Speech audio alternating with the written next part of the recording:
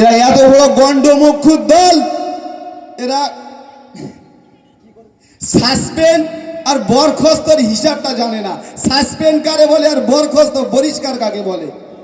যদি বহিষ্কার করতো মনে করতো যে একেবারে চলে গেছে। সাসপেন্ড করেছে মানে সে তো আজ না কয় ফের ফিরে আসতে পারে না, পারে না। সাসপেন্ড মানে পরে ফের ফিরে আসতে পারে। ওই জন্য আমি আগে বলেছি একটা ডিভোর্সি মহিলার দল। তার স্বামী যদি চায় পরে সেই বউকে তালাক দেওয়া সত্ত্বেও আবার গ্রহণ করতে পারে, তাই তো?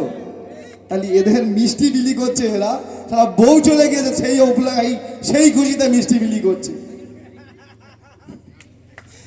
মানুষ মিষ্টির দোকানদার না খেতে চাইলেও জ্বালা, বলে কাল না দোকানটা বন্ধ করে দেয় সারা আইএসএফ এর লোক, তাই তো?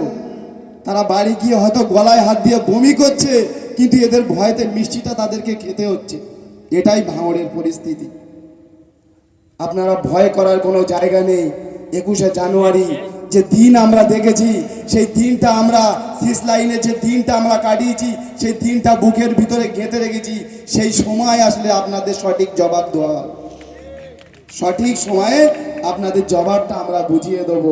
কিন্তু আপনারা শুনে রাখেন, আপনারা যে ভুল করছেন, আপনারা যে সন্ত্রাস চালানোর চেষ্টা করছেন, ভাঙড়বাসী এটা সঠিকভাবে মেনে নিচ্ছে না। সময়ের অপেক্ষা করছে, সঠিক সময়ে গণতান্ত্রিক প্রক্রিয়ায় তোমাদেরকে জবাব দেওয়া হবে, অবশ্যই দেওয়া হবে। চাই তোমরা লাড্ডু খেতে চাইলে লাড্ডু, মিষ্টি মুখ করেই তোমাদের বিদায় করা। 21শে জানুয়ারি কলকাতা ধর্মতলায় আমাদেরকে যেতে হবে, এটাই আমাদের শেষ কথা। নওশাদ সিদ্দিকী ভাইজান আমাদেরকে ডাক দিয়েছে।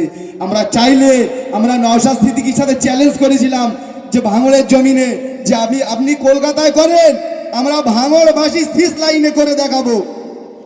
কিন্তু সেটা আমরা নিজেরা চিন্তা ভাবনা করলাম না, আমাদের ভাইজান যেটা দেখেছে আমাদের সেটা পুরো করতে হবে। কেন আজ আমরা ভাঙড়বাসী বলেছে গর্বটা করি।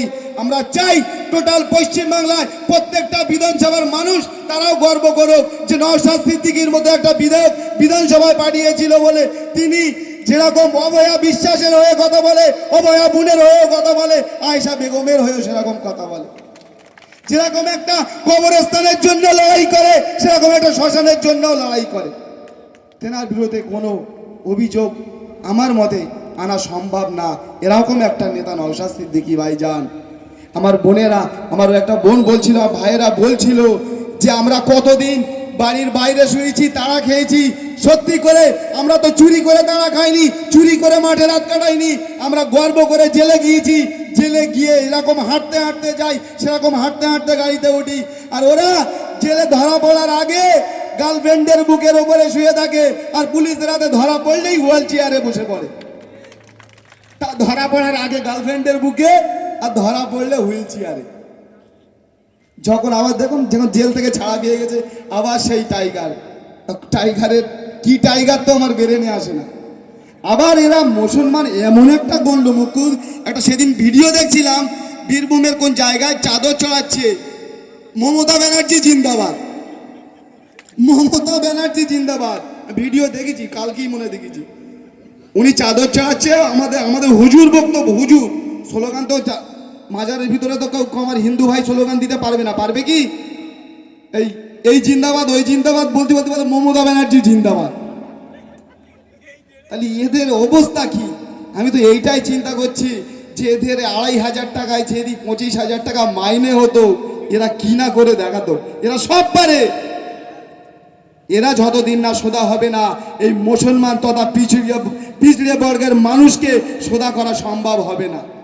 তাই জন্য আগে এদেরকে সোদা করতে হবে, এদেরকে সোদা করতে হবে, এদের সোদা হতে হবে, এদের নীতি আদর্শকে সোদা হতে হবে যে খাওয়াই আমার আল্লাহ, পড়াই আমার আল্লাহ, বাঁচিয়ে রাখার মালিক আমার আল্লাহ, মৃত্যুর মালিক আমার আল্লাহ। তোমরা যে আমাদেরকে ভয় দেখাও, টিএমসির নেতারা, আমরা ভয় পাই না। তোমাদের নেতারা, শওকত বাবু শুনে রাখেন, তোমাদের নেতারা যখন শেষ লাইন থেকে বাড়ি ফেরে, আমরা আইএসএফ এর নেতারা তখন শেষ লাইনে ঢোকে, তাই তো? ভয় আমাদের দেখাবে না, ভয় আমরা পাই না, খালি সঠিক সময়ের অপেক্ষা করছি। তোমাদের কাছে অনুরোধ করছে যে 21শে জানুয়ারি আমাদের যেতে হবে, আমাদের ভাইজানের স্বপ্নকে সফল করতে হবে, ধর্মতলায় যেতে হবে।